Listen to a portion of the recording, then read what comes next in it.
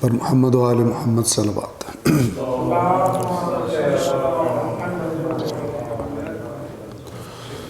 اعوذ باللہ من الشیطان الرجیم، بسم اللہ الرحمن الرحیم، الحمد للہ رب العالمین، والصلاة والسلام علی سید الانبیاء والمرسلین وعلی اہل بیتہ الطیبین الطاہرین وصحبہ المنتجبین۔ گزشتہ درس میں قرآن کریم کے دوسرے جز میں سورۃ البقرہ آیت نمبر 174 بلکہ 175 تک ہم نے بیان کر دیا تھا۔ آج انشاءاللہ سورۃ البقرہ کی آیت نمبر 176 سے لے کر 179 تک پہلے تلاوت کریں گے اور پھر ان آیات کا ترجمہ اور وضاحت آپ کی خدمت میں عرض کریں گے۔ صلوات پڑھیں محمد و آل محمد۔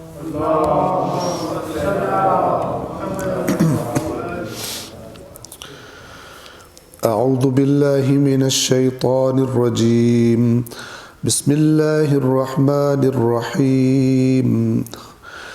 ذلك بأن الله نزل الكتاب بالحق وإن الذين اختلفوا في الكتاب لفي شقاق بعيد ليس البر أن تولوا وجوهكم قبل المشرق والمغرب ولكن البر من آمن بالله واليوم الآخر والملائكة والكتاب والنبيين وآتى المال على حبه ذوي القربى واليتامى والمساكين وابن السبيل والسائلين وفي الرقاب وأقام الصلاة وآتى الزكاة والموفون بعهدهم إذا عاهدوا والصابرين في البأساء والضراء وحين البأس أولئك الذين صدقوا وأولئك هم المتقون۔ يا أيها الذين آمنوا كتب عليكم القصاص في القتلى الحر بالحر والعبد بالعبد والأنثى بالأنثى فمن عفي له من أخيه شيء فاتباع بالمعروف وأداء إليه بإحسان ذلك تخفيف من ربكم ورحمة فمن اعتدى بعد ذلك فله عذاب أليم۔ صدق اللہ العلی العظیم۔ صلوات پڑھیں محمد وآلہ۔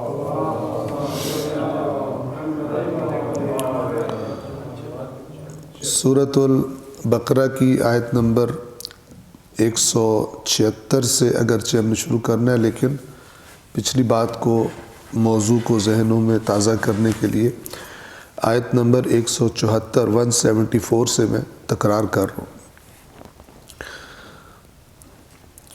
فرمایا جو لوگ اللہ کی نازل کردہ کتاب کو چھپاتے ہیں اور اس کے عوض میں حقیر قیمت حاصل کرتے ہیں، یہ لوگ بس اپنے پیٹ آتش سے بھر رہے ہیں، اور اللہ قیامت کے دن ایسے لوگوں سے بات نہیں کرے گا اور نہ انہیں پاک کرے گا، اور ان کے لیے دردناک عذاب ہے۔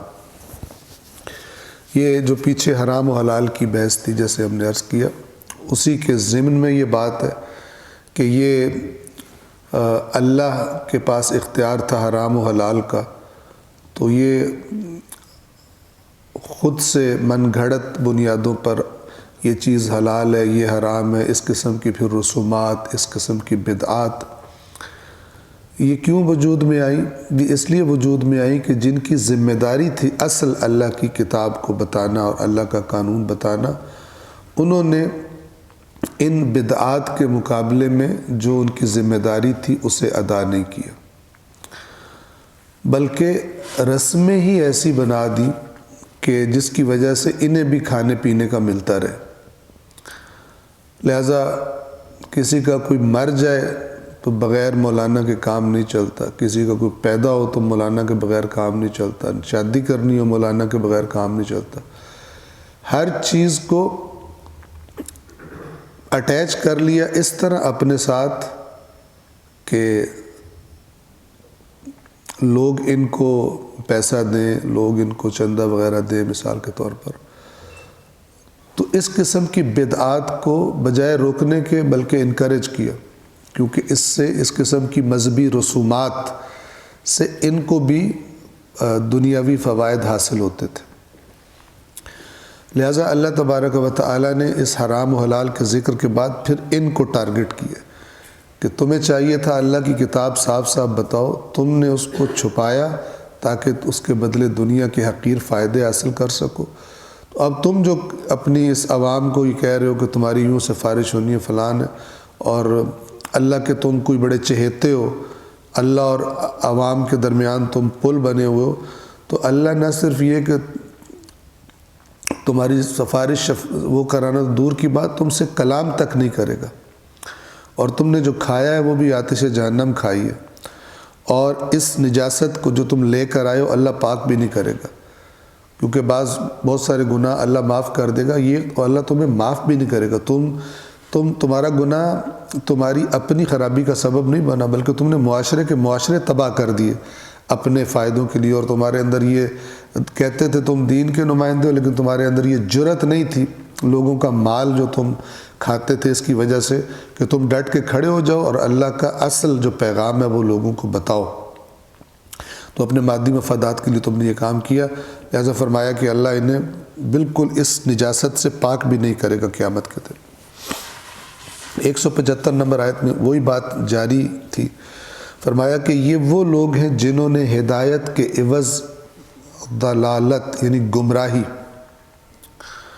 اور مغفرت کے بدلے عذاب خرید لیا. یعنی یہ جو انہوں نے سودا کیا ہے اللہ کی کتاب کو چھپا کے دنیاوی مفادات حاصل کرنے کا، کھانے کا، یہ انہوں نے ہدایت کے بدلے گمراہی خریدی ہے اور مغفرت کے بدلے عذاب خریدا. اور تعجب کی بات ہے کہ آتش جہنم کے عذاب کے لیے ان میں کتنی برداشت ہے. تبھی تو یہ سب کر رہے ہیں، گویا کہ اس کو برداشت کرنے کی ان میں بڑی طاقت ہے. تو آیت نمبر 175 تک ہم نے پڑھا تھا، آیت نمبر 176 آپ کی خدمت میں عرض کر رہے ہیں. فرمایا ذَلِكَ بِأَنَّ اللَّهَ نَزَّلَ الْكِتَابَ بِالْحَقِّ. انہوں نے کون سی کتاب چھپائی تو جس سے خرابیاں پھیلی، معاشرے میں بدعتیں پھیلی، غلط نظریات پھیل گئے، اصل دین غیر اہم ہو گیا لوگوں کے لیے، اور جو نئی نئی چیزیں تھیں، ایجادات تھیں، وہ اہم ترین ہو گئی لوگوں کے لیے. ان کی وجہ سے ہوا. کیوں اللہ ان کو اتنی دھمکی دے رہا ہے؟ اس لیے کہ ذالک، یہ اس لیے، بِأَنَّ اللَّهَ، یہ اس لیے کیونکہ اللہ نے نزل الکتاب بالحق، اللہ نے کتاب برحق نازل کی تھی.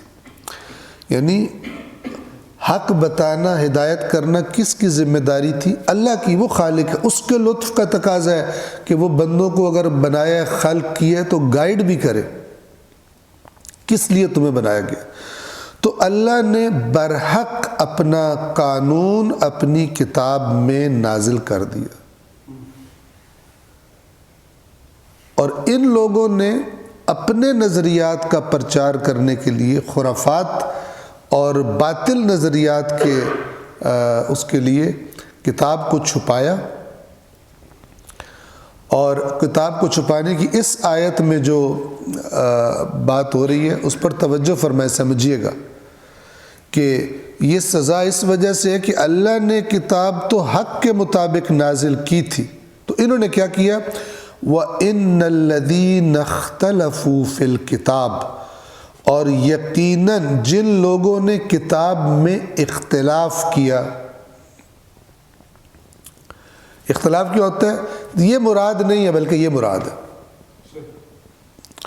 ایک نظریہ، ایک عقیدہ خارج از قرآن انہوں نے بنایا، ٹھیک ہے، اپنا نظریہ بنایا.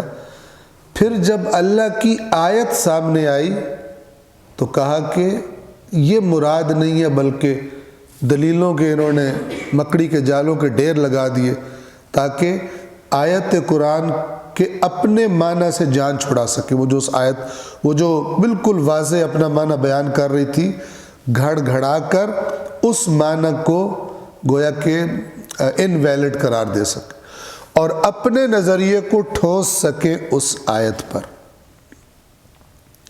یہ جو میں بات آپ کو بیان کر رہا ہوں، یہ بنیادی ترین وجہ ہے فرقوں کے پیدا ہونے کی۔ چونکہ جو عوام ہوتے ہیں مختلف مسائل کی، ان کو کیا پتہ بھی قرآن میں کیا لکھا ہوا، اور ان کے ذہن میں یہ زہر بھر بھی دیا جاتا ہے ان کے علماء کی طرف سے کہ تم نہیں سمجھ سکتے اس کو، ٹھیک ہے نا۔ مختلف اس کے ورژنز ہیں، تم نہیں سمجھ سکتے ایک ورژن ہے، تفسیر پڑھو فلانی یہ دوسرا ورژن ہے، تیسرا ورژن بغیر استاد کے نہیں پڑھو۔ خوب، یہ چیزیں اپنی جگہ پر اپنے صحیح معنی میں ٹھیک ہے، لیکن ہر مسلک کے عوام کو یہ جو تاکید کی جاتی ہے، اس کے پیچھے ایک بہت خطرناک بات ہوتی ہے۔ اور وہ کیا بات ہوتی ہے؟ وہ بات یہ ہوتی ہے کہ قرآن کے متن کو جیسا تمہارا استاد تمہیں بتا رہا تم وہ قبول کرو۔ بہت کم ہوشیار باریک بین لوگ، البتہ اللہ نے عقل سب کو دی ہوئی ہے، لیکن زنگ لگا دی ہے دین کے بارے میں، خاص طور پر عقلیں زنگ آلود ہے، چونکہ دین کے بارے میں ان سے کام لیا نہیں۔ دین کے بارے میں 3-4 باتیں، جنت کنفرم، تو پھر کیا ضرورت ہے ٹینشن زیادہ لینے کی؟ کیا ضرورت ہے آیات میں غور و فکر کی؟ کیا ضرورت ہے جب جنت ملی ہوئی ہے اور ہر مسلک کے پیروکاروں کو ان کے مولویوں نے کنفرم کر کے دی ہوئی ہے علماء نے، تو پھر ٹینشن لینے کی دنیا کی ٹینشن لیں جہاں پر ہم نے آگے بڑھنا ہے، جہاں پر پیسہ زیادہ بنانا ہے، کاروبار چمکانا ہے۔ یہ تو یہاں تو یہ تھا نا کہ جنت میں جانا ہے، تو جنت تو مل گئی۔ ہمارے مسلک کی چند رسومات ادا کرنے سے ہر کوئی کہتا ہے کہ جنت مل گئی، تو عوام کو ان کیوں ٹینشن لے دین؟ لہٰذا عوام نے دین کے جو ٹیکسٹ ہیں اور جو متون ہیں ان کو ان کا ٹھیکہ دے دیا مولویوں کو کہ تم ٹھیکے پہ لے لو، ہمیں صرف جنت چاہیے، تم اس کے ساتھ جو کرو۔ اب ظاہر ہے وہ انہی سے سن کے سارا جب دین لیتے ہیں، سارے نظریات لیتے ہیں، تو ان کو تو جو بتا رہے ہیں ان کو تو پتہ ہے اگر یہ ایکسیڈنٹلی اللہ کی کتاب پڑھنا شروع ہو گیا تو کئی باتیں اس کے ذہن میں کئی جگہ پر یہ بدکے گا، لہٰذا اس بدکنے کا اعلان کرنے کے لیے پہلے ٹیکہ لگا دیتے ہیں، کہتے ہیں کہ مثلا اس طرح سے پڑھو، خود اکیلے نہیں پڑھنا۔ جبکہ ہم کیا تجویز دیتے ہیں قرآن پڑھنے کے لیے؟ ہم یہ تجویز دیتے ہیں کہ بغیر کسی تفسیر کے، بغیر کسی حاشیے کے، اللہ پر اعتماد کر کے قرآن مجید کے متن کو اچھی طرح پہلے ہضم کر لیں کہ ٹیکسٹ قرآن کا کیا کہتا ہے، اس کے بعد پڑھیں، بسم اللہ تفسیریں پڑھیں، اسٹیپس ہوتے ہیں نا ہر چیز کے۔ ابھی تو یہ ایسی تفسیر پہ لگاتے ہیں کہ جناب ایک صاحب نے کہا مجھے تو بسم اللہ میں ہی 5 سال ہو گئے، میں اس کی تفسیر ختم نہیں کر سکا، تو باقی کو کون کرے گا؟ اس کا پوتا آگے مکمل کرے گا، ٹھیک ہے نا؟ آپ تو 20 جلد 25 جلد تفسیر ہے، کون پڑھے گا؟ ایک جلد قرآن اس 20 30 40 جلد پہ بھاری ہے، اور بہت بھاری ہے۔ ہم کہتے رہتے ہیں کیونکہ اگر آپ کو قرآن کے متن، قرآن کے ٹیکسٹ کا اچھی طرح پتہ ہے، آپ مانوس ہیں، آشنا ہے، اللہ کے اپنے لفظوں سے آپ آشنا ہیں، تو یہ اللہ کے لفظ ہی آپ کو بتائیں گے کہ فلان مسلک کے مفسر نے کہاں سے چیٹنگ کی ہے، کہاں سے پھسل کر اور دوسری طرف چلا گیا، کہاں سے رسی کو سانپ بنا کے دکھایا اس نے۔ بڑی ایک اچھی مثال ذہن میں آتی ہے، جب جادوگروں نے رسیاں پھینکی تھی اور سٹکس پھینکی تھی اپنی، تو قرآن کے لفظ ہیں کہ دیکھنے والوں کو لگ رہا تھا کہ یہ سانپ ہے، حرکت کر رہی، یخیل، تخیل، قوت خیال، یعنی ان میجیشنز نے قوت خیال پہ ضرب لگائی تھی، ایسی ٹرک کی تھی کہ وہ رسیاں ان کو سانپ لگ رہی تھی نہیں۔ اسی طرح ہر زمانے کے سامری اپنے باطل نظریات کی رسیاں اور سٹکس پھینکتے ہیں اور وہ لوگوں کو لگتی ہے کہ یہ تو صحیح کے سانپ ہے، مثلا صحیح میں حرکت کر رہی ہیں۔ ایسے میں اگر کوئی بندہ اللہ کی کتاب کو اچھی طرح پڑھے تو یہ قرآن آپ کے دماغ میں جا کے ان نظریات کے ساتھ وہی کام کرے گا جو حضرت موسیٰ کے عصا نے سانپ بن کر ان جادوگروں کی رسیوں کے ساتھ کیا تھا، اور یہ نگل جائے گا ان کو۔ توجہ کر رہے ہیں؟ چونکہ یہ بھاری ہے، لیکن اس سے دور کر دیے گئے لوگ، اس سے دور کر دیے گئے۔ آپ کبھی سوچیں کیوں کہہ رہے قرآن بغیر استاد کے نہ پڑھو؟ کیا ہوا؟ اللہ تعالیٰ نے ایسی باتیں کی ہیں جس کو پڑھ کے بندہ گمراہ ہوتا ہے؟ کیوں کہا جا رہا ہے؟ اس لیے کہا جا رہا ہے کہ جو کھچڑی پکائی گئی ہے وہ ڈسٹرب ہو جائے گی، کیونکہ بندہ پڑھے گا اللہ یوں کہہ رہا ہے، ہم نے تو یوں سنا ہو۔ لہذا وہ پہلے ہی بجائے یہ کہ آپ قرآن کے ٹیکسٹ پہ فوکس کریں، وہ جو دوسرا دلائل بتانے والا ہے جو آپ کے ذہن کو مثلاً توجہ اس سے اور طرف لے جانے والا ہے، وہ شروع سے ہی آپ کو اس طرح کر، جیسے ہوتا ہے نا اگر ایک درخت نے سیدھا اگنا ہے لیکن آپ جو ہے روشنی سائڈ پہ کر دو وہ تو ٹیڑھا اگنا شروع ہو جائے گا، کیونکہ اس نے اس طرف جانا ہے جس طرف اس کو روشنی آ رہی ہے، تو ٹیڑھا اگ جائے گا۔ تو یہ جو ستم کیا ہے امت نے مل جل کر اللہ کی کتاب پر، اور ہم کہتے رہتے ہیں کہ کتاب پر بھی اور اہل بیت علیہم الصلاۃ والسلام پر بھی اس امت نے مل جل کر جو ظلم کیا ہے، یہ ہماری کوشش ہوتی ہے کہ اس کی طرف متوجہ کیا جائے۔ وَإِنَّ الَّذِينَ اخْتَلَفُوا فِي الْكِتَابِ، اور یقیناً وہ لوگ جنہوں نے کتاب میں اختلاف کیا۔ ایک نے کہا نہیں یہ مراد، دوسرے کہا نہیں یہ والی مراد۔ اختلاف کی بنیاد کیا ہے؟ تاکہ اصل بات کو چھپائیں اور اپنے فوائد حاصل کریں۔ اور جن لوگوں نے کتاب کے بارے میں اختلاف کیا، لفی شقاق بعید، یقیناً وہ بڑے بعید جھگڑے میں پڑے ہوئے، یعنی جھگڑے میں، ضد میں بہت دور چلے گئے۔ کیوں؟ ہدایت تو وہ تھی جو اللہ کی کتاب میں لکھی ہوئی تھی، جب اس کے بارے میں جھگڑا شروع کیا، جتنا جھگڑے جتنا ضد میں آئے اتنا دور ہو گئے۔ ایک بندہ اپنے غلط نظریے کے لیے جتنے دلائل گھڑتا ہے، جتنے پر خواب سناتا ہے، اس کے اوپر جتنے شعر سن لیتا ہے، کتنی چیزیں شاعری کی وجہ سے اتنے عام نظریات ہیں جیسے ارکان دین ہیں، واقعات، جبکہ ان کا حقیقت سے تعلق ہی کوئی نہیں۔ حقیقت سے تعلق چھوڑیں، اگر اس واقعوں کو بندہ صرف غور سے دیکھے تو ویسے ہی وہ خرافات لگتے ہیں، لیکن شعراء نے وہ کمال دکھایا کہ ارکان اسلام میں سے شامل کر دی، ان کا منکر دین سمجھا جاتا ہے قصے، اور قصے بھی بے بنیاد۔ تو کیوں فرمایا دو شقاق؟ شقاق کہتے ہیں جھگڑنا، اور بعید دور تک، کیونکہ جتنی ضد لگائی ہے کتاب سے اتنا دور ہوتے جا رہے ہیں، اور جتنا بندہ پھر زور لگا لیتا ہے حق کے خلاف اتنا مشکل ہو جاتا ہے، اس کی انا خراب ہوتی ہے، اس کی شخصیت خراب ہوتی ہے کہ اتنے دلائل دینے کے بعد پھر کہے نہیں یار میں غلط تھا، بات وہی ہے جو ادھر مسئلہ صحیح ہے۔ یہ کون کہتا ہے؟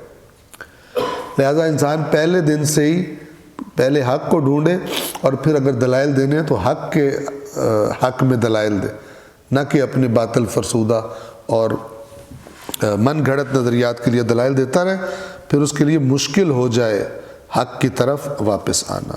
آیت نمبر 177 177 بہت زبردست ہے۔ روایت میں آیا کہ جس شخص نے اس آیت پر عمل کیا، سورۃ البقرہ کی آیت نمبر 177 کے بارے میں روایت ہے، جس نے اس آیت پر عمل کیا اس نے ایمان کامل کر لیا۔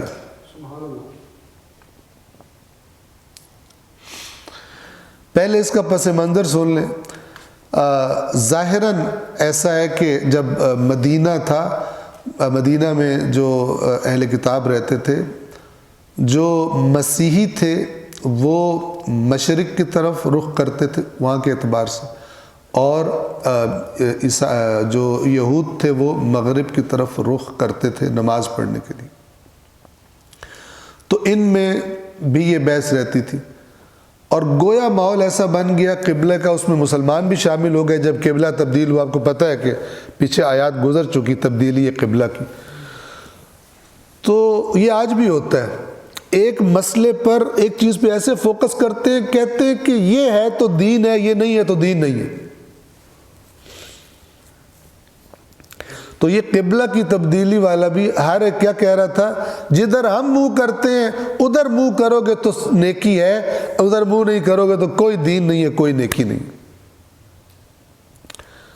تو خالق نے اپنے کلام میں یہاں پر بہت زبردست انداز میں یہ بتایا کہ دین ظواہر کا نام نہیں ہے، ادھر منہ کرنا یا ادھر منہ کرنا، جو ظاہری طور پر چیزیں ہیں، اصل میں نیکی وہ نہیں ہے، بلکہ اصل نیکی تمہیں میں بتاتا ہوں کہ نیکی ہوتی کیا۔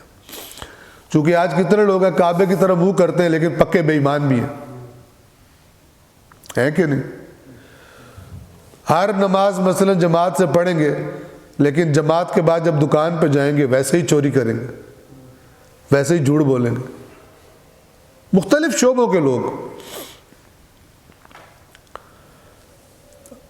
ایک تو وہ ہے نا کہ جو اس معاملے میں ایماندار ہے کہ چونکہ بے ایمانی کرتا ہے، نماز وغیرہ بھی نہیں پڑھتا، کہتا ہے میں بے دین ہوں، ٹھیک ہے۔ اس سے زیادہ خطرناک طبقہ کون سا ہے؟ جنہوں نے کمر توڑی ہے دین کی، کہ جو دین کے ظواہر کے بڑے پابند ہیں۔ ظواہر سمجھ رہے ہیں؟ ظاہر کی جمع، دین کی کچھ ظاہری علامات ہوتی ہیں، مثلا ٹوپی پہنی ہوئی ہے، ہاتھ میں تسبیح پکڑی ہوئی ہے، مثلا داڑھی رکھی ہوئی ہے، مثلا جناب مختلف قسم کی، بعض لوگوں نے شلوار اوپر کی ہوئی ہے ٹخنوں سے، بعض لوگوں نے مثلا کالے کپڑے پہنے ہوئے ہیں، بعض لوگوں نے، علامات ہیں کچھ ظاہری، لیکن اندر چیر کے دیکھو تو بے ایمانی میں سب ایک جیسے، پریکٹیکل لائف میں سب ایک جیسے۔ تو اللہ اس کلر چینجز جو اوپر پینٹ کیے ہوئے ہیں، اس سے اللہ دھوکہ نہیں کھاتا، نہ اللہ کے فرشتے کرامن کاتبین وہ دھوکہ کھاتے ہیں۔ تو اس آیت میں اللہ نے یہ بتایا کہ یہ تم ظاہر پہ لڑ رہے ہو، ادھر منہ تو ادھر منہ تو فلان، یہ سمجھو کہ اصل میں نیکی ہے کیا۔ یہ ویسے تو پورا قرآن مجید ہی نصاب میں ہونا چاہیے ہمارے، لیکن یہ ان آیات میں سے ہے کہ جن کے بارے میں شدید خواہش ہوتی ہے کہ یہ نصاب میں بتایا جائے کہ اصل دین ہے کیا چیز، بجائے یہ کہ بچپن سے بچوں کو الف لیلائی داستانیں اور قصے اور شاعریاں سنا سنا کے ان کے ذہنوں میں وہی ڈال دیا جائے۔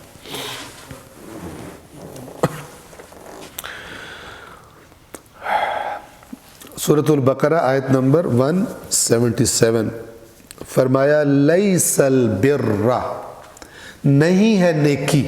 بر کسے کہتے ہیں؟ بر کہتے ہیں جس کو ہم اردو میں کہتے ہیں نیکی۔ بر کا لفظ نکلا ہے بر سے، آپ نے سنا ہوگا بر و بحر۔ بر کسے کہتے ہیں؟ بحر کہتے ہیں جسے ہم سمندر کہتے ہیں، اس میں بہت زیادہ تعداد میں پانی ہوتا ہے، وسعت ہوتی ہے۔ اسی کے مقابلے میں بر ہے، بہت بڑی تعداد میں خشکی، وسیع خشکی۔ اسی سے بر، نیکی کو بر کیوں کہتے ہیں عربی زبان میں؟ کیونکہ نیکی کے اچھے نتائج بہت وسیع ہوتے ہیں، نیکی میں خیرات و برکات، اچھے اثرات، نتائج بہت زیادہ ہوتے ہیں، لہذا اس بر سے بر لیا گیا۔ اور نیک کو کہتے ہیں بر، انجام دینے والے کو کہتے ہیں البار، رے پر تشدید۔ لیس البر، نہیں ہے نیکی، کیا نہیں ہے؟ ان تولوا وجوہکم قبل المشرق والمغرب، کہ تم پھیر لو اپنے منہ مشرق کی طرف اور مغرب کی طرف، یہ نیکی نہیں ہے۔ حالانکہ اللہ نے مسلمانوں سے کہا ہے تم نے ادھر منہ کرنا ہے، لیکن اللہ ہی کہہ رہا ہے کہ صرف یہ منہ کرنا جو ہے نا، اس پہ نہ چپک جاؤ کہ یہی نیکی ہے۔ یہ تو ایک ظاہر ہے، اس کے پیچھے ایک مغز چھپا ہوا، وہ مغز تمہارے اندر ہونا چاہیے، وہ روح تمہارے اندر ہونی چاہیے۔ لہذا فرمایا نیکی یہ نہیں کہ تم اپنا رخ مشرق اور مغرب کی طرف پھیر لو، وَلَٰكِنَّ الْبِرَّ، بلکہ نیکی یہ ہے۔ اب یہ فرما کر کے نیکی تو یہ ہے، دو پارٹس میں یہ اگلا حصہ تقسیم ہوتا ہے۔ ایک میں بتایا گیا ہے کس کس چیز پر ایمان ضروری ہے، چونکہ اگر ایمان نہیں ہوگا تو پھر وہ بعد والے کام جو اچھے کام ہیں وہ نتائج نہیں دیں گے اللہ کے ہاں، کہ جو اس شخص کو نتائج ملنے والے ہیں جو ان چیزوں پر ایمان رکھتے ہوئے ان کاموں کو انجام دیتا ہے۔ لیکن اب آپ نے توجہ سے یہ سننا ہے کہ پروردگار عالم ظاہری چیزوں سے چپک کر اور اصل چیزوں کو بھول جانے والوں کو کیا دوائی دے رہا ہے یہاں پر۔ اور آج یہ مرض عام ہے۔ دیکھیں ہمارا معاشرہ اگر آپ دیکھیں، کچھ لوگ ایسے ہیں کہ جو بالکل ہی سیکولر ہیں، مطلب دین کے ظواہر کی بھی پابندی نہیں کرتے، نہ ان کے لباس میں، نہ ان کی زندگی کے انداز میں، بس اتنا ہی کرتے ہیں کہ لوگ کافر نہ کہنا شروع ہو جائیں ان کو، ٹھیک ہے؟ تو وہ کسی جگہ پہ کہتے ہیں یار کلمہ ہم نہیں پڑھا ہوا، ٹھیک ہے نا؟ تو اتنا ایک ہوتے ہیں، ورنہ ظواہر ان کی زندگی میں دین والی کوئی چیز بظاہر بھی دکھائی نہیں دیتی۔ یہ ایک طبقہ ہے، صرف اتنا ہوتا ہے کہ یہ پیدا مسلمان کے گھر میں ہوں گے، پاکستان میں مثلا، یا نیچے لے آئیں، یہ پیدا دیوبندی کے گھر ہوا ہے، پیدا شیعہ کے گھر ہوا ہے، پیدا بریلوی کے گھر ہوا ہے، باقی وہ کسی چیز کا پابند نہیں ہے۔ ہاں کہیں اگر بحث ہو جائے تو وہ بریلوی بن جاتا ہے، وہ دیوبندی ایک دوسرے کو برا بھلا کہنے میں ہوتے ہیں، باقی پریکٹیکلی ان کا کوئی تعلق نہیں ہے، نہ اس کا دیوبندیت سے، نہ اس کا بریلویت سے، نہ اس کا تشیع سے، کوئی تعلق نہیں ہے، صرف لڑنے کا ٹول ہے یہ۔ جیسے بندے مارنے کا ٹول بن گیا اسلام، اب کسی پہ الزام لگاؤ مذہب کی توہین کا، اس کو بدترین طریقے سے، جس سے مذہب نے منع کیا ہوا اس مارنے کے طریقے سے بھی منع کیا ہوا، اس طریقے سے مار دو۔ توجہ فرما رہے ہیں؟ تو اب مذہب جو ہے اس کے لیے تو بہرحال ہم موضوع سے نہ ہٹیں۔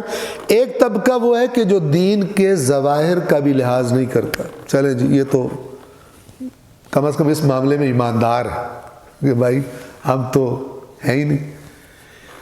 ایک طبقہ جس نے زیادہ دین کی کمر توڑنے میں کردار ادا کی ہے، وہ یہ کہ جن کو اگر بظاہر دیکھو تو دیندار ہے، یعنی ان کا جو امپریشن ان کی ڈریسنگ سے، ان کی باتوں سے، ان کے ظاہری سٹائل سے لگے گا دیندار بندہ ہے، لیکن اگر لین دین اور کچھ عرصہ ساتھ گزاریں گے تو پتہ چلے گا پکا بے ایمان۔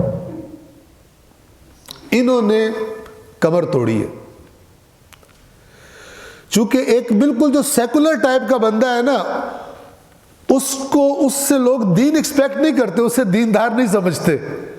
وہ اگر گڑبڑ کرتا ہے تو وہ دین کے کھاتے میں نہیں جاتی، اگرچہ اوورآل جو بھی مسلمان خرابی کرتا ہے دین بدنام ہوتا ہے، لیکن ایک وہ مسلمان ہے جو دین کے ظاہر کا بھی لحاظ نہیں کر رہا، دوسرا وہ ہے جس نے ظاہر اپنا دینی بنایا ہوا ہے، نماز پڑھتا ہے، روزہ رکھتا ہے، اعتکاف کرتا ہے، تلاوت کرتا ہے، لیکن یہ رسم کی حد تک ہے، ظاہر کی حد تک ہے، اس کے اندر جو روح ہونی چاہیے دین کی وہ نہیں ہے۔ اور وہ کیسے نہیں ہے؟ جب بھی کوئی اپنا مفاد آتا ہے، لین دین کا معاملہ، اس کی روش بالکل وہی جیسی بے ایمانوں کی ہوتی ہے۔ جھوٹ بولنا پڑے جھوٹ بول دیتا ہے، حق مارنا پڑے حق مار لیتا ہے، رشوت کھانی پڑے رشوت کھا لیتا ہے، کچھ بھی کر لیتا ہے۔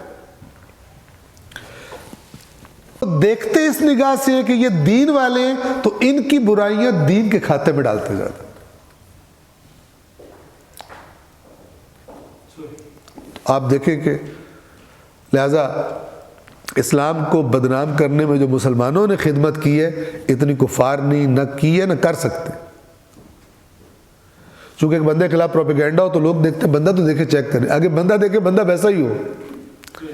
دنیا کو کہا گیا، دشمنوں نے کہا مسلمان دہشت گرد ہیں، وحشی ہیں، فلان ہیں، لوگوں نے کہا اچھا ہم دیکھتے ہیں، انہوں نے مثلا سیالکوٹ کا واقعہ ان کے سامنے آ گیا، ان کے یہاں مثلا داعش کے ذبح کرنے اور جلا دینے اور فلان اور یہ سامنے آ گئے تو ان کا بالکل ٹھیک کہا گیا یہ ایسے ہی ہے، جیسا سنا تھا ویسے ہی۔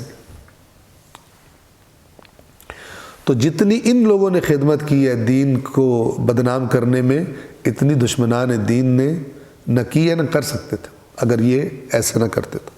اب توجہ فرمائیں، نیکی یہ نہیں ہے کہ تم اپنا رخ مشرق اور مغرب کی طرف پھیر لو، بلکہ نیکی تو یہ ہے کہ نمبر 1 من آمن باللہ، جو شخص اللہ پر ایمان لائے، والیوم الآخر، اور آخری دن پر ایمان لائے، قیامت۔ اللہ پر ایمان کے ساتھ آخرت میں کیوں ضروری ہے؟ اللہ پہ ایمان لے بھی آئے تو اچھا کوئی بات نہیں، گناہ کرتے رہو، اللہ تعالیٰ کوئی نہیں، تھوڑا سا ناراض ہی ہوں گے نا، لیکن پتہ ہو کہ مجھے تو پکڑ کے جہنم میں ڈال دیں گے تو ذرا ڈر جائے گا۔ قیامت پر ایمان، والملائکہ، اور اللہ کے ملائکہ فرشتوں پر ایمان، والکتاب، اللہ کی کتاب پر ایمان، والنبیین، اللہ کے نبیوں پر ایمان۔ اب یہ ایمان کچھ رزلٹ دکھائے گا جو انسان کے کاموں سے ظاہر ہوں گے رزلٹ۔ ان چیزوں پر ایمان کون سی صفات پیدا کرے گا اس مومن پر جو ان چیزوں پر ایمان رکھتا ہے؟ یہ اب اللہ تعالیٰ پریکٹیکل اعمال گنوا رہا ہے۔ ان چیزوں پر ایمان ہو، نیکی یہ ہے دل میں ان چیزوں پر ایمان ہو اور عمل تمہارا، شخصیت تمہاری ان صفات سے پہچانی جاتی، باقی فراڈ ہے۔ سب سے بڑا گھپلا مذہب کے ساتھ یہ ہوا کہ رسومات میں محدود کر دیا گیا، لڈو پیڑے کھاؤ، کیک کاٹو، تالیاں بجاؤ، سیٹیاں بجاؤ، فلان کرو، اور باہر جا کے ویسے کے ویسے بے ایمان رہو اور جنت تمہاری۔ اس نے جو ظلم کیا دین کے ساتھ اور تباہی کر دی، قوموں کی قومیں تباہ ہو گئی۔ یہ دین کی تعریف شیطان کرتا ہے اور لوگ کہتے ہیں کہ یہ پیکج بہت اچھا ہے، اللہ والا پیکج سخت ہے، یہ والا پیکج بہت زبردست ہے۔ اور پھر اللہ کی کتاب کا نہ پڑھنا سبب بنتا ہے کہ وہ سمجھے یہی دین ہے، یہی والی دین ہے۔ جتنا اس رسم ادا کرنے کا ثواب ہے اتنا تو ثواب کسی چیز کا ہے ہی نہیں۔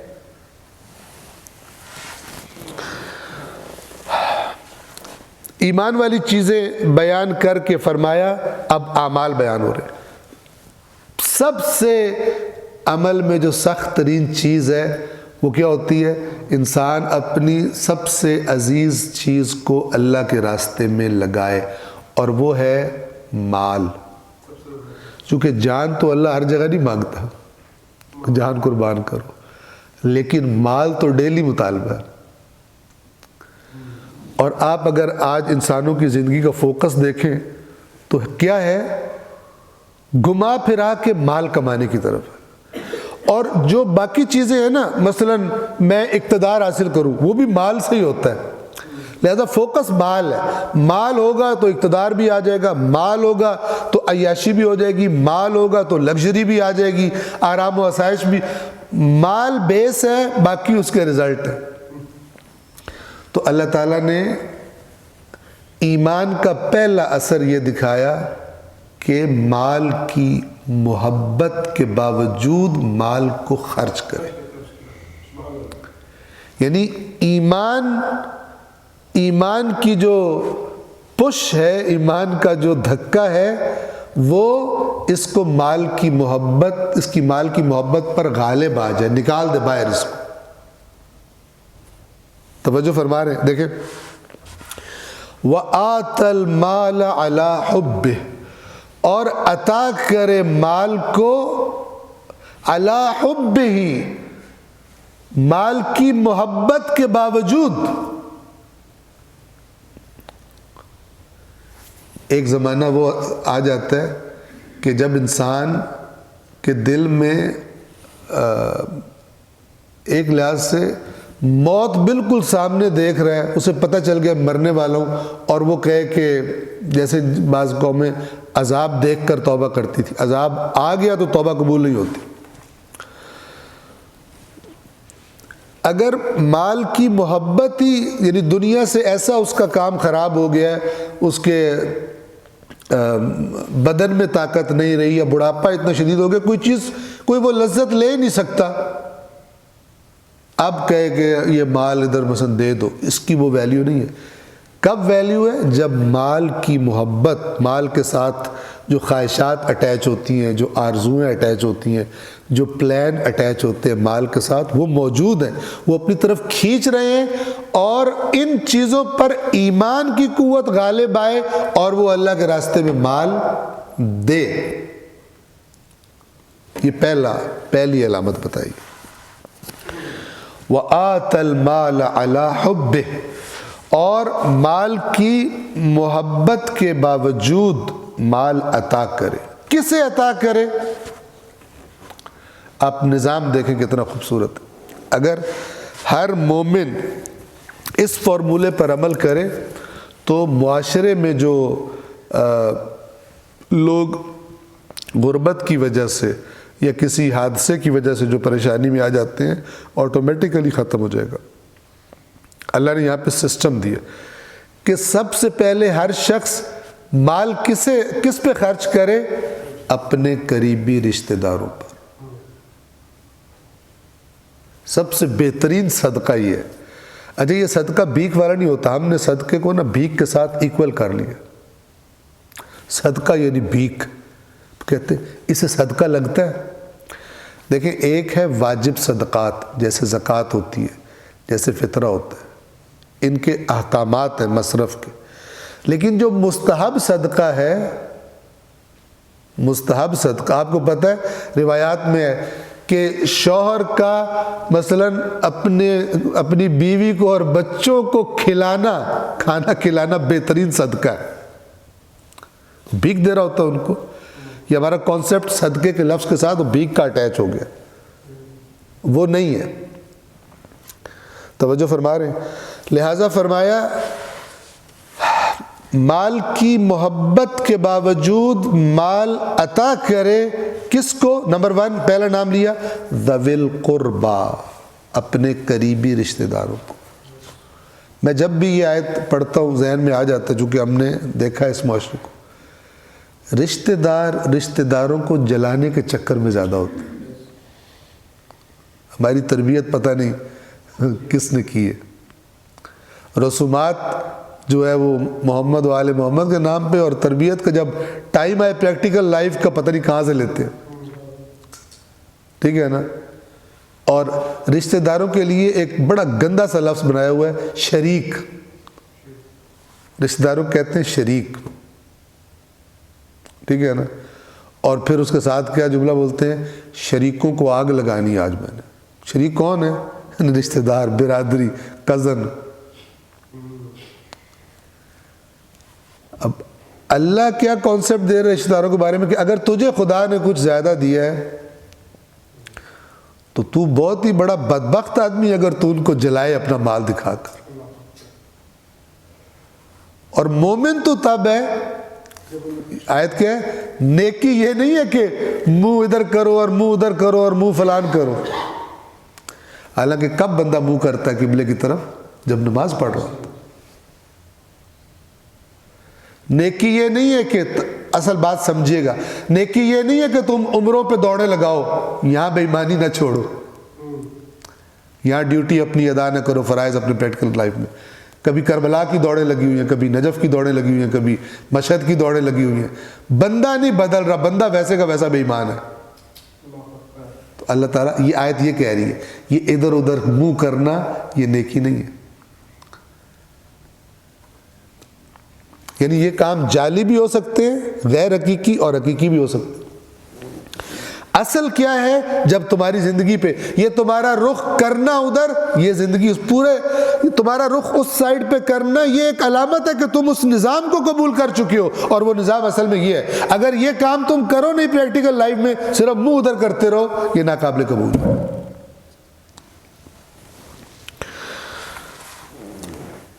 قریبی رشتہ داروں کو، یعنی اللہ کے نزدیک کون ہے مومن، کہ اگر خدا نے اس کو زیادہ دیا ہے سب سے پہلے دیکھتا ہے کہ میرے رشتہ داروں میں اللہ نے مجھ پہ کرم کیا ہے، اللہ نے مجھے زیادہ دے دیا، میری اچھی نوکری لگ گئی ہے، میرا کاروبار اچھا ہو گیا، میں بہتر ہو گیا ہوں، اب میں دیکھوں میرے قریبیوں میں سے کون محروم ہے، کم ہے۔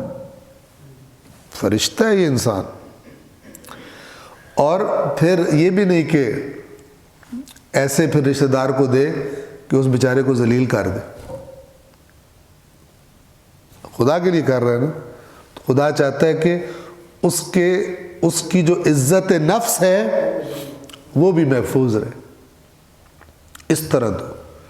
آپ سوچیں، یعنی ہر بندہ اپنی یہ ذمہ داری بنا لے، یہ صفت اپنی زندگی میں داخل کر لے، تو اس معاشرے میں کتنی نفرتیں ہیں رشتہ داروں کی، جو یہ ایک دوسرے کو جلانے کے چکر میں اور ایک دوسرے کو نیچا دکھانے کے چکر میں لڑ رہے ہوتے ہیں، اور کتنی نفرتیں اور کتنی دوریاں پیدا ہوتی ہیں، یہ سب ختم ہو جائیں گی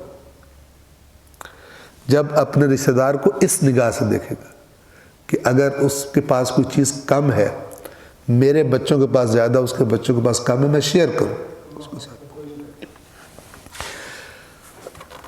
ایمان اصل میں یہ ہے۔ دوسرے نمبر پر کنہیں عطا کرے؟ والیتاما، یتیموں کو۔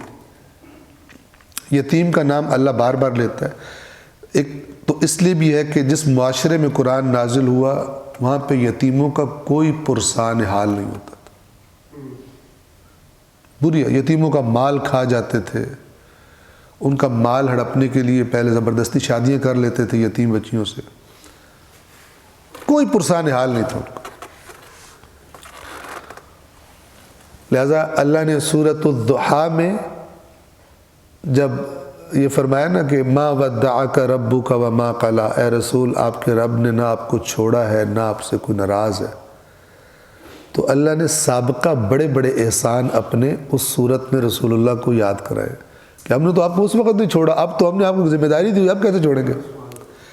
وہاں پر ایک احسان کیا بتایا ہے کہ الم یجدک یتیما فآویٰ، ایک ایسے معاشرے میں جہاں یتیموں کو تو پوچھتا بلاتا ہی کوئی، آپ کو ہم نے کیسے پرورش کرنے والا عطا کر دیا، کیسی پناہ گاہ آپ کے لیے، جو اپنے بچوں سے بڑھ کر آپ سے محبت کرتا ہے۔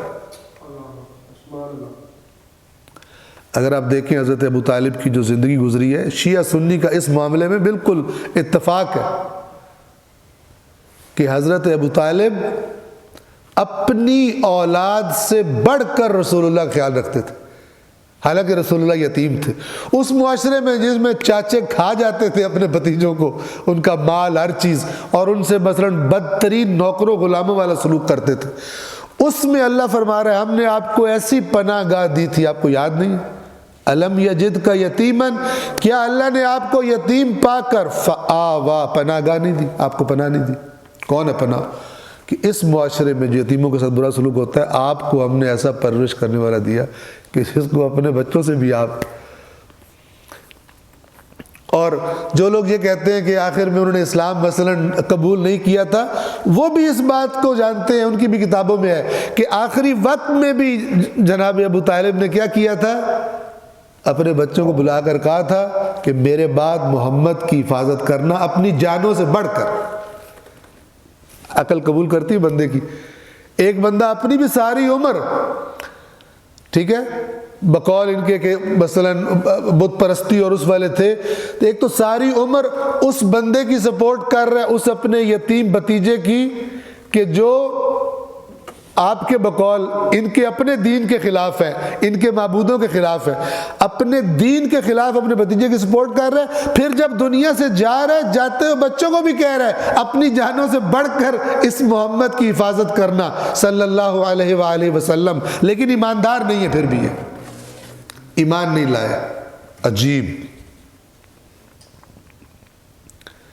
حالانکہ آپ کو پتہ ہے مذہب کی وجہ سے تو باپ بیٹے ایک دوسرے کو قتل کر دیتے، دین کے معاملے میں قتل کر دیتے، لیکن یہ چچا دیکھ رہا ہے کہ میری ساری زندگی میں میرے بھتیجے نے میرے دین کی یعنی جو کہا جاتا ہے اس کی مخالفت کی ہے، اور پھر اپنے بچوں کو بھی یہی کہہ رہا ہے کہ اس کی حفاظت کرنی اپنی جانوں سے بڑھ کر۔ اور جو آپ جو تاریخی روایات ہیں اس میں دیکھیں کہ اگر دسترخوان جب لگتا تھا جناب ابو طالب کے گھر میں تو سب بیٹھے ہوئے ہیں، اپنے بچے آ گئے ہیں لیکن کھانا شروع نہیں کرنے دیتے تھے، کہتے تھے جب تک محمد نہیں آ جاتے کوئی کھانا شروع نہیں کرے۔ تو اللہ نے بات یتیم سے چلی تھی، اس معاشرے میں یتیموں کی چونکہ بہت بری حالت تھی، لہذا قرآن میں آپ کو یتیم کا ذکر بہت ملے گا، اور آپ کو ملے گا کہ جو یتیم کو دھکے دیتا ہے، یعنی برا سلوک کرتا ہے، وہ قیامت کو جھٹلاتا ہے اس حد تک۔ اور سورۃ ضحیٰ میں کیا فرمایا؟ الم یجدک یتیما فآویٰ، آپ کو یتیم پا کر آپ کو پناہ نہیں دی، اپنا احسان اللہ بڑا احسان شمار فرماتا ہے۔ پس ذوی القربیٰ کے بعد دوسرا نمبر ہے یتامہ، یتیموں کا۔ ہم میں سے ہر ایک کو کوشش کرنی چاہیے کہ اگر ہمارے دسترس میں ایسی فیملی جو جس میں یتیم بچے ہیں، باپ ان کا نہیں ہے، ٹھیک ہے، تو مولا علی کا بھی آپ کو پتہ ہے وصیت میں یہ فرمان ہے، اپنے جو مولا علی کی بات سننے والے ہیں ان کو مولا فرما رہے ہیں، کیا فرماتے ہیں کہ تمہارے ہوتے ہوئے ان کے منہ خالی نہ رہ جائے، منہ خالی یعنی ان کو کھانے کا نہ ملے، تمہیں یتیموں کے بارے میں اللہ کا خوف دلاتا ہوں، اللہ سے ڈراتا ہوں۔ تو ہم کو چاہیے کہ مثلاً ہم دیکھیں آس پاس، کہ آس پاس نہیں تو جو یعنی بعض ادارے ہوتے ہیں کہ جو واقعاً یہ کام کر رہے ہوتے ہیں، تو بالآخر ہماری زندگیوں میں یہ چیزیں ہوں، چونکہ اللہ کہہ رہے ہیں کہ یہ نیکی ہے، یہ بتا رہی ہے کہ تم کیا چیز ہو، منہ ادھر ادھر کرنے اور رسمیں ادا کرنی یہ نہیں بتا رہی۔ اور آپ کو پتہ ہے ابھی معاشرے میں نا رسمیں ادا کرنے کا ثواب بہت زیادہ ہے۔ میں نے آپ کو پتہ نہیں سنایا یا نہیں سنایا، سن لیں کہ کس طرح بیڑا غرق کیا جاتا ہے، ایک چیز جس کی بنیاد ہی کوئی نہیں ہے اس کو جاہل، قرآن سے جاہل عوام کے ذہنوں میں کیسے اسے کھانے کے لیے، ان کے چڑھاوے کھانے کے لیے کیسے فیڈ کیا جاتا ہے، ٹھیک ہے۔ ایک سپیچ دیکھی ہم نے کہ جو اسی لاہور کے میرا خیال ہے نیو گارڈن ٹاؤن یا ماڈل ٹاؤن، مجھے یاد نہیں، کافی عرصہ پہلے دیکھی تھی، اس میں ایک پیر صاحب اپنے مریدوں سے خطاب فرما رہے تھے، کہہ رہے تھے تھانوں، پنجابی میں کہہ رہے تھے، میں اردو میں کہتا ہوں میں، کہ تمہیں نہیں پتہ کہ یہ جو تم آج آئے ہو نا اس جشن میں شرکت کے لیے، اس کا اجر کیا، ٹھیک ہے نا؟ میں دساں، صاحب نے کہا دسو، تو اس نے کہا کہ قیامت کا دن ہوگا، یہ اسٹوریاں، یہ اسٹوریاں، اور سٹوری ٹیلر جو ہے نا وہ بہت فیوریٹ ہوتے ہیں لوگوں کے۔ تو اس نے کہا جب قیامت کا دن ہوگا اور تیرے اعمال کے لیے ترازو تولنے کے لیے لایا جائے گا، اور تیرے جب اعمال تولے جائیں گے تو دھڑام سے تیرا گناہوں والا پلڑا جو ہے وہ بھاری زمین پہ لگ جائے گا۔ ایک تو یہ سمجھ نہیں آتی کہ ان کے مرید اتنے بے ایمان ہوتے کیوں ہیں کہ نیکیاں اتنی کم کے اوپر چلی جائیں اور گناہ اتنے کہ ڈھیر لگ جائے، یہ نہیں سمجھ آتی۔ اصل میں مکر یہ کرتے ہیں کہ تم گناہ کرو، جتنے بھی ہوگے نا، ہمارے ساتھ تمہارا ٹانکا اگر کنیکشن صحیح ہے تو ہم تمہیں چھڑائیں گے۔ تو کہتا ہے کہ وہ پھر جب دھڑام سے پلڑا بھاری ہو کے تیرا برے اعمال والا ترازو کا لگے گا، تو پریشان کھڑا ہوگا، نفسا نفسی کا عالم کہ اب میں کدھر جاؤں، اچانک فرشتے ایک اتنی سی کاغذ کی پرچی لے کر آئیں گے اور وہ تیرے نیکیوں والے اعمال میں ڈالیں گے، اور جیسے ہی وہ نیکیوں والے اعمال میں ڈلے گی پھر دھڑام کی آواز آئے گی، نیکیوں والا زمین پہ لگ جائے گا اور برے اعمال والا اوپر چلا جائے گا، اور تو ان سے حیران ہو کے پوچھے گا او یہ میں نے کون سی نیکی کی تھی جس کی اتنا وزن ہے؟ تو کہیں گے جڑا تو ماڈل ٹاؤن ہے جشن اٹینڈ کیتا سی ہوتا ثواب۔ پھر وہ کہتے ہیں آنکھوں سارے سبحان اللہ، سارے کہتے سبحان اللہ، بھیڑا غرق اے جڑا تو کیک کٹیا سی ہوندا ثواب، جیڑا تو حلوہ کھادا سی ہوندہ سواب تو کھوایا سی، ٹھیک ہے نا۔ اس طرح کے قصوں میں اس امت کی تباہی اتار دی، اور ان کو روح دین، اس کا ٹیسٹ ہی بھول گیا کہ دین ہوتا کیا ہے، دین تقاضا کیا کرتا ہے تم سے، دین اصلاً آیا کس لیے؟ نہ اس کو چھوڑ دو، ادھر جاؤ ہی مت، کس سے سنو ہمارے؟ ذوی القربہ والیتامى، تیسرا والمساکین۔ مسکین کسے کہتے ہیں؟ مسکین یعنی جس کے پاس ہے نہیں کوئی ایسی چیز کہ جس سے اپنی زندگی کا سرکل چلا سکے۔ ہمارے دیہات میں کچھ لفظ انگلش کے بدل جاتے ہیں، ان کو پتہ نہیں ہوتا، تو اکثر لوگ کہتے ہیں شاہ جی کوئی بندوبست، کوئی قرضہ شرہ دے دیو، میرا سرکٹ نہیں چل رہا۔ سرکل کو کیا کہتے ہیں؟ سرکٹ کہتے ہیں، ایسے میں میزان کہہ رہا ہوں۔ تو مسکین وہ ہوتا ہے جس کی زندگی کا سرکٹ شارٹ ہو گیا ہوتا ہے، اس کا سرکٹ نہیں چلتا، اس کے پاس کوئی کاروبار نہیں ہوتا، کوئی جاب نہیں ہوتی، سکون سے، اور یہ سکون وہ نہیں آرام اور سکون والا سکون، یعنی بے حرکت، اس کی زندگی کی حرکت ختم ہو گئی، ہے نہیں اس کے پاس کہ وہ چلائے، بیٹھ گیا۔ ان کو دینا، اگر مسلمان اپنی ڈیوٹی پہ عمل کریں تو یقین کریں ہماری تو حکومتوں کو بھی ضرورت ہی نہیں پڑے گی کہ وہ ان کا کوئی خیال رکھے۔ اگر ہر مسلمان اس کو کمٹمنٹ کر لے تو جو مثلا جن کو اللہ نے زیادہ دیا اس حکومت کو ضرورت نہیں پڑے گی۔ لیکن ماڈل ٹاؤن والے جشن کا مقابلہ کوئی نہیں کر سکتا، اس کی جو اٹینڈ کرنے کی جو پرچی ہوگی سارے گناہ اس سے ختم ہو جائیں۔ وابن السبیل، ابن السبیل کسے کہتے ہیں؟ ایسا مسافر جو اپنے وطن سے دور ہو اور کسی وجہ سے بھی اس کے پاس مال ختم ہو جائے۔ ویسے ابن السبیل کا لفظی مطلب ہے راستے کا بیٹا، ٹھیک ہے، یعنی مسافر، لیکن ہر مسافر نہیں، ظاہر ہے ابن السبیل جو مسافر کسی حادثے کا شکار ہو کر کسی مشکل کی وجہ سے اب اس کے پاس ہے نہیں اور اپنے وطن میں بھی نہیں ہے کہ وہ کر سکے۔ والسائلین، اور سوال کرنے والوں کو، اس کا مطلب ہے یہ اوپر جن کا ذکر ہوا ہے یہ وہ ہے جو سوال کرتے ہی نہیں، چونکہ سائلین کا الگ سے ذکر کر دیا۔ سائل ہو سکتا ہے رشتہ دار ہو، سائل ہو سکتا ہے یتیم ہو، سائل ہو سکتا ہے مسکین ہو، سائل ہو سکتا ہے ابن السبیل ہو۔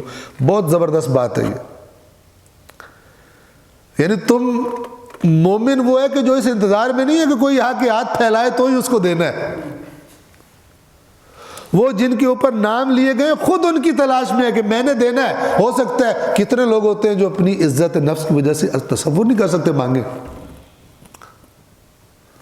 بھوک برداشت کر لیتا ہے، نہیں اپنی خودداری کے خلاف سمجھتا ہے۔ سورۃ البقرہ کے اینڈ میں لا یسألون الناس الحافا، اپنا پردہ رکھنے کے لیے لوگوں سے سوال نہیں کرتا، اور اللہ نے وہاں پہ کہا ان کو دو، اور لفظ کیا استعمال کیے؟ للفقراء۔ ہم کیا سمجھتے ہیں اردو میں؟ ایک تو یہ بڑا بیڑا غرق ہوا ہے، ہمیں صحیح معنی کی جگہ ایک اور ہم سمجھتے ہیں فقیر۔ فقیر سے ہمارے ذہن میں کیا ہے؟ جس کا عربی میں لفظ سائل ہے، مانگنے والا، اور دروازے تو فقیر آیا ہے۔ فقیر وہ نہیں ہے ضروری کہ جو دروازے پہ آیا ہو، وہ سائل ہے، سوال کرنے والا۔ ہو سکتا ہے تیرا ہمسایہ فقیر ہو، فقیر جس کی آمدن اس کے اخراجات پورے نہیں کرتی، وہ فقیر ہے۔ ہو سکتا ہے ایک دفعہ بھی نہ مانگے، سفید پوش ہو۔ توجہ فرما رہے ہیں؟ للفقراء، ان فقراء کے لیے ہونا چاہیے کہ جو احصروا فی سبیل اللہ، اللہ کے راستے میں ایسے وہ پھنس گئے ہیں کہ لا یستطیعون ضربا فی الارض۔ البتہ یہ آیت خاص مورد میں اتری ان کے بارے میں کہ جو ابتدا میں جب رسول اللہ مدینہ آئے تھے ذمہ داریاں لگاتے تھے، ان کے پاس اتنا ٹائم ہی نہیں ہوتا تھا، وہ ہر وقت رسول اللہ کے آرڈرز کو اوبے کرنے اور نافذ کرنے پر کھڑے رہتے تھے، اور ان کے پاس ٹائم نہیں ہوتا تھا کہ کوئی محنت مزدوری کرے اور کمائے۔ لیکن وہ مانگتے بھی نہیں تھے. اللہ نے کہا ان کو دو, یہ ان پہ خرچ کیا جائے گا. لیکن جو اس کا ریزن ہے وہ, اور جو صفات ہیں ان کی, وہ عمومی ہے, یعنی اس کا دائرہ وسیع ہے کہ یہ لوگ کیا کرتے ہیں, لا یسألون الناس الحافا, یہ اپنا پردہ رکھنے کے لیے لوگوں سے سوال نہیں کرتے, مانگتے نہیں. تو آپ دیکھیے, ذوی القربى والیتامى والمساکین وابن السبیل والسائلین, اور مانگنے والے. اور اس کے بعد وفی الرقاب, رقاب رقبہ کی جمع ہے, رقبہ کہتے ہیں گردن کو, مراد غلام, غلاموں کی آزادی کے لیے, غلام آزاد کرنے کے لیے. خوب آج کے زمانے میں اس طرح سے غلام نہیں ہے کہ جن کو آزاد کیا جائے, لیکن بہت ساری جگہ ایسے ہیں کہ جس کو کہا جا سکتا ہے گردن چھڑوانا. ٹھیک ہے نا. اللہ تعالیٰ فرماتا ہے کہ فَلَقْتَحَمَ الْعَقَبَ سورۃ البلد میں, ابھی یہ اس اونچی گھاٹی سے ہو کے تو گزرا نہیں ہے. وَمَا أَدْرَاكَ مَا الْعَقَبَ, تجھے کیا پتا وہ گھاٹی کیا ہے. فَكُّ رَقَبَةٍ, ایک گردن کا چھڑا دینا. او اطعام فی یوم ذی مسغبہ, بھوک والے دن میں کھانا کھلا دینا.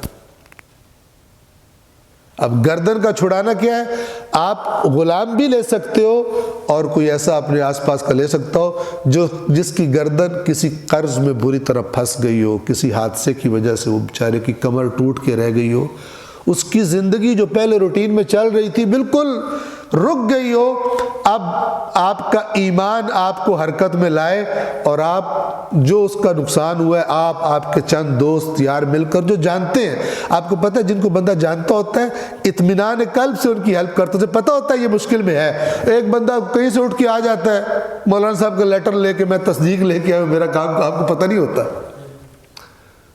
ٹھیک ہے, آپ کو پتہ نہیں ہوتا. ابھی 2 دن پہلے ہمارے پاس ایک بندہ آیا, اور اس نے کہا جی تصدیق لکھ کے دیں. میں نے کہا ہم تصدیق لکھ کے نہیں دیتے, تو آپ کو ہم تھوڑا سا کام بنا دیتے ہیں, وہ کام کرو. کہتا غصے میں آ کے چلا گیا. کام نہیں کرنا, تصدیق لکھ کے دو کہ یہ مستحق ہے, تاکہ 10 جگہوں پہ جا کے میں پیسے لے کے آ جاؤں. کام نہیں کرنا. توجہ کر رہے ہیں. تو سب سے بیسٹ کیا دین نے کیا سجیسٹ کیا ہے, یہ آپ کے آس پاس جو جن کو آپ جانتے ہو ان کو تو آپ کو اچھی طرح پتہ ہے یہ اس وقت مشکل میں ہے, یہ اس وقت مشکل میں نہیں ہے.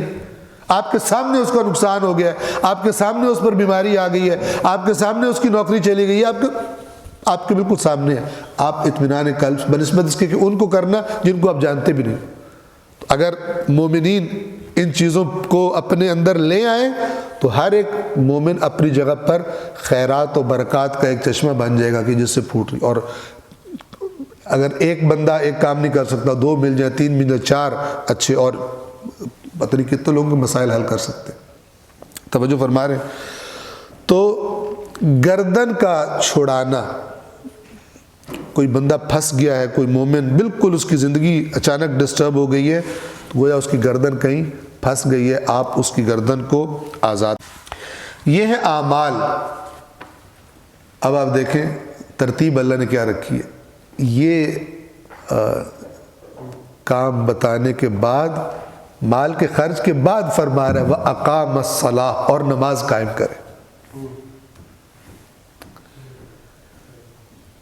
یعنی جو معاشرے کے اندر غریب لوگ ہیں, پریشان حال لوگ ہیں, مصیبت والے لوگ ہیں, اللہ نے اپنی عبادت پر اس آیت میں ان کو پرائیورٹی دی ہے.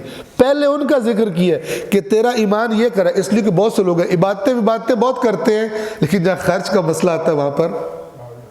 اور یہاں پہ ایک اور بڑی دلچسپ بات ہے, وَأَقَامَ الصَّلَاةَ وَآتَ الزَّكَاةَ, نماز قائم کرے اور زکوٰۃ ادا کرے. کوئی بندہ کہے کہ تو یہ جو اوپر پیسے دینے, تو وہ کہے گا وہ واجبات نہیں ہیں, وہ واجبات سے ہٹ کے دینے. کچھ لوگوں نے زندگی کا ٹرینڈ کیا ہے, اتنا ہمارا خمس بنتا ہے, اس کے بعد اللہ کی قسم 1 ٹکا بھی دوں میں, تو مثلا پریکٹیکلی یہ ثابت کر رہے ہوتے ہیں میری جیب میں سے نکلے. اور کئی حضرات ایسے ہوتے ہیں کہ کوشش کرتے ہیں گھر میں پروگرام ہو نا کوئی, تو اس کا بھی خرچہ کہیں سے خمس کی اجازت مل جائے تو اسے کھاتے میں ڈال. وہ ایک عالم دین کہتے تھے کہ اپنی جیب سے خرچو، امام کی جیب سے نہ خرچو۔ توجہ فرما رہے ہیں؟ یہ جو اوپر ہے نا، اب یہ یہاں پر زکوٰۃ کا ذکر آنا یہ بتا رہا ہے کہ اوپر والے جو خرچے ہیں وہ واجبات میں سے، واجبات مالی میں سے نہیں ہے، وہ تو ذکر آ گیا نماز کے بعد۔ وہ جو اوپر والے ہیں وہ اس سے ہٹ کر ہے، کیونکہ دنیا میں جو سمجھدار بندے ہوتے ہیں وہ زیادہ انویسٹ کرتے ہیں، زیادہ خرچوں کی جگہ زیادہ انویسٹمنٹ کرتے ہیں تاکہ آگے جائیداد زیادہ ہو جائے۔ تو یہ بھی ایسا ہی ہے کہ ایک تو تم نے لازمی دینا ہے جو گورنمنٹ کو ٹیکس دینا ہے، ایک تم جو ہے مثلا مثال کے طور پر خرچ کرو اس واجبات سے ہٹ کر۔ یہ مال کے بارے میں دین اسلام کا سجیسٹڈ سسٹم ہے، تم خود کرو، ہر مومن کرے۔ وَأَقَامَ الصَّلَاةَ، اور نماز قائم کرے۔ نماز قائم کرنے کا سادہ لفظوں میں اپنی طرف سے نماز کے کسی بھی جہت سے نماز میں کمی کوتاہی نہ کرے، اس کے ٹائم کے معاملے میں، توجہ کے معاملے میں، امپورٹنس کے معاملے میں، ہر معاملے میں لوگوں کو لگے کہ نماز اس کے لیے اہم ترین چیز ہے۔ کیونکہ نماز کس کی علامت ہے؟ نماز اللہ کے بلانے پر حاضر ہونے کی علامت ہے۔ تو باقی سب چیزیں چھوٹی ہیں، اور وہ کہتا ہے کہ باقی تیرے کام بھی بالآخر میں نے ہی کرنے ہیں در حقیقت۔ تو اگر تیرا مجھ پر ایمان ہے تو پھر ساتھ یہ بھی ایمان ہے کہ تیرے سارے کام اسی کے پاس سے سائن ہونے ہیں، تو پھر جب وہ بلا رہا ہے تو کاموں کے پیچھے کیوں بھاگ رہا ہے؟ آپ دفتر میں بیٹھ کے کام کر رہے ہو اور باس بلائے، آپ نہ جائیں، وہ بلائے کیا کر رہے تھے؟ آپ کہا میں وہ ٹائپ کر رہا تھا، کہے گا تیرے دماغ تو نہیں خراب؟ بیل کا مطلب ہوتا ہے پہلے تو نے میرے ٹائپ کر رہا ہے، جو مرضی کر رہا ہے، فوری وہاں پہنچنا ہوتا ہے۔ اصل میں نماز کی طرف توجہ نہ کرنا یہ ڈیلی کی بہت بڑی توہین ہے اللہ تبارک و تعالیٰ کی، بہت بڑی بے احترامی۔ اس لیے یہ ایسے ہی نہیں کہا گیا کہ سب سے پہلا جو سوال ہوگا وہ نماز کے بارے میں، اور اگر وہ قبول ہوئی تو پھر ان قبلت قبل ما سواہا، اگر یہ قبول ہو گئی تو ما سوا قبول ہوگا، وَإِن رُدَّتْ، اگر یہ رد کر دی گئی رد ما سوا، کہیں گے یہ تو بندہ وہ ہے جو 5 ٹائم اللہ کو کہتا تھا میں نہیں ہونا، یا کہتا تھا ویٹ کرو میں مصروف ہوں، ابھی بس ڈرامہ ختم ہوگا تو پھر میں آ جاؤں گا، ابھی جناب مجھے ملنے والا میرا یار آیا ہوا اس سے گپ شپ کر لوں، پھر اللہ تعالیٰ کو ویٹنگ میں رکھتا تھا، کال ویٹنگ میں، آپ ذرا ویٹ کریں میں یہ سارے کام کر کے آ جاتا ہوں۔ اقام الصلاۃ یہ ہے، وآت الزکاۃ، اور اپنے جو مال میں واجبات ہیں ان کو ادا کرے، والموفون بعہدہم اذا عاہدوا، معاشروں کے چلنے کا صحیح ڈائریکشن میں چلنے کی بنیادی ترین بات کہ عہد، وعدہ، ایگریمنٹ پورا کر۔ والموفون بعہدہم، موفون وفا کرنے والے، کس سے؟ بعہدہم، اپنے عہد سے وفا کرنے والے، اذا عاہدوا، جب وہ کسی سے عہد، کوئی یہ عاہدو عہد معاہدہ ہے، جب کسی سے معاہدہ کرتے ہیں تو اس سے وفا کرتے ہیں، یہ مومن کی علامت ہے۔ کتنی خرابیاں معاشرے میں صرف اس وجہ سے ہیں کہ لوگ اپنے عہد کی پاسداری نہیں کرتے، فراڈ کر دیتے ہیں، چھوٹی چھوٹی بات پہ عہد توڑ دیتے ہیں۔ والموفون بعہدہم اذا عاہدوا، جب عہد کرتے ہیں، جب عہد کریں، اور اپنے عہد سے وفا کرنے والے جب عہد کرتے ہیں، والصابرین، اور صبر کرنے والے، صبر کا صحیح مفہوم ان جگہوں سے پتہ لگتا ہے، والصابرین فی البأساء والضراء، تنگ دستی کا زمانہ ہو، صبر کرنے والے، کیا مطلب؟ حرام کی طرف نہیں جاتے، صبر کرتے ہیں، کہتے ہیں اللہ کی آزمائش ہے، گزر جائے گی، لیکن حرام سے آلودہ نہیں ہونا۔ والضراء، بیماریوں کے زمانے میں، مشکلات کے زمانے میں یہ صابر ہوتے ہیں، اور وحین البعث، یہاں پہ صبر کا معنی اور کھل کے آتا ہے، اور عین جنگ کے وقت صبر کرنے والے، کیا مطلب؟ میدان نہ چھوڑنے والے۔ جنگ کے وقت صبر یہ نہیں ہے کہ میں گھر بیٹھوں گا صبر کروں گا، تم جا کے لڑو مرو عین میدان میں، والصابرین فی البأساء، یعنی اگر کوئی بڑا چیلنج سامنے آ جائے جس میں کوئی نقصان پہنچ سکتا ہے، جان جا سکتی ہے، لیکن پتہ ہے کہ یہ ڈیوٹی اللہ کی طرف سے ہے، وہاں پہ صبر کرتے ہیں۔ وہ جو وَلَنَبْلُوَنَّكُمْ والی آیات ہیں وہاں پر بھی بشر الصابرین، صبر کرنے والوں خوشخبری دو جو ان آزمائشوں میں ڈٹے رہتے ہیں، نہ کہ کام چوری اور ڈر کی وجہ سے گھر جا کے بیٹھ جاتے ہیں اور نام کیا دیتے ہیں، کہتے ہیں ہم صبر کریں گے، اللہ پاک خود نمٹ لے گا ان سے۔ یہ سارے بے ایمان پھر اپنی ڈیوٹیاں ادا نہیں کرتے، سمجھتے ہیں کہ اس کا آلٹرنیٹ کیا ہے، گھر بیٹھ کے دعائیں مانگو، وظیفے کرو، تسبیحیں کرو اور میدان میں نہ نکلو۔ یہ بھی ایک انداز فکر ہے تحریف شدہ کہ جو مذہب کو خراب کر دیتا ہے۔ البتہ ہم جو کہتے ہیں مذہب کو خراب کرتے ہیں، مذہب کو کوئی خراب نہیں کرتا، اصل میں اپنے آپ کو خراب کر رہے ہوتے ہیں۔ والصابرین فی البأساء والضراء وحین البأس، اور تنگ دستی اور مصیبت کے وقت اور میدان جنگ میں صبر کرنے والے۔ اب یہ آپ نے صفات پڑھ لی، سن لی۔ میں ایک دفعہ شروع سے اس آیت کو، یہ جو ترجمہ تفسیر کوثر میں کیا گیا ہے، یہ میں شروع سے پڑھ کے لا رہا ہوں تاکہ ذہنوں میں تازہ ہو جائے، اور پھر آخری 2 جملوں پر یہ تمام ہو جائے گی۔ وہ نتیجہ ہے، نیکی یہ نہیں ہے کہ تم اپنا رخ مشرق اور مغرب کی طرف پھیر لو، بلکہ نیکی تو یہ ہے کہ جو کوئی اللہ، روز قیامت، فرشتوں، کتاب اور نبیوں پر ایمان لائے اور اپنا پسندیدہ مال، یعنی جس مال سے محبت ہے، اسے قریبی رشتہ داروں، یتیموں، مسکینوں، مسافروں، سائلوں، سوال کرنے والے اور غلاموں کی رہائی پر خرچ کرے، اور نماز قائم کرے اور زکوٰۃ ادا کرے، جب معاہدہ کرے تو اسے پورا کرنے والے ہوں، اور تنگ دستی اور مصیبت کے وقت اور میدان جنگ میں صبر کرنے والے ہوں۔ کیا فرمایا؟ اولئک الذین صدقوا، یہ جو کہہ رہے تھے نا ہم مومن ہیں، یہ ہے سچے۔ اولئک کا اشارہ ہوتا ہے، اولئک الذین صدقوا، یہ جن میں پائی جاتی ہیں یہ وہ لوگ ہیں جنہوں نے سچ کہا ہے کہ وہ مومن ہیں یا وہ مثلا نیک ہیں۔ وَأُولَئِكَ هُمُ الْمُتَّقُونَ، اور یہی لوگ ہیں متقی۔ لہذا فراڈ ممنوع، ظواہر کا سہارا لے کر بغل میں چھری منہ میں رام رام کے سٹائل میں یہ والا کام کر کے، یہ ممنوع فراڈ دین میں، کیونکہ اللہ تعالیٰ فرما رہا ہے کہ میں تمہارے اندر جانتا ہوں، میں تم نے بہت بڑی گیدرنگ کر لی اور بہت بڑا جشن بنا لیا، میں اس سے امپریس نہیں ہوتا، میں اسی سے امپریس ہوتا ہوں کہ نیکی یہ اصل ان چیزوں پر ایمان اور ان چیزوں پر عمل۔ وقت گزر گیا، آپ اگر روایات اہل بیت اطہار کا مطالعہ فرمائیں جس میں انہوں نے صفات بتائی ہیں اپنے ماننے والوں کی، تو آپ کو کوئی فرق دکھائی نہیں دے گا، بلکہ ان کی اور تفصیلات دکھائی دیں گی۔ یعنی یہ تو مین چیزیں ہیں نا، ان کی اور تفصیلات دکھائی دیں گی کہ ہمارے شیعہ یوں ہوتے ہیں، لیکن سارے بڑے سیاڑے نکلے، ان کی ان باتوں کو اندر ہی رکھ دیا اور ظواہر پہ زور ڈال کے کسی نے ایک چیز پکڑی ہوئی ہے، کسی نے دوسری چیز پکڑی ہوئی ہے۔ ہو رہا کس کے نام پر ہے؟ اہل بیت کے نام پر ہو رہا ہے، لیکن ان کے نام پر ہو رہا ہے جو انہوں نے کہا وہ نہیں ہو رہا۔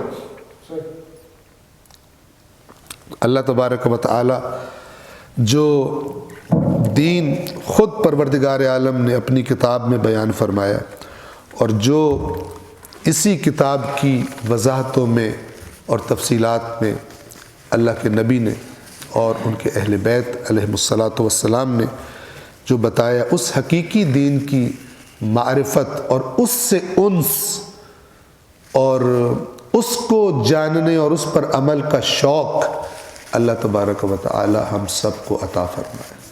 صلوات پڑھیں محمد و آل محمد۔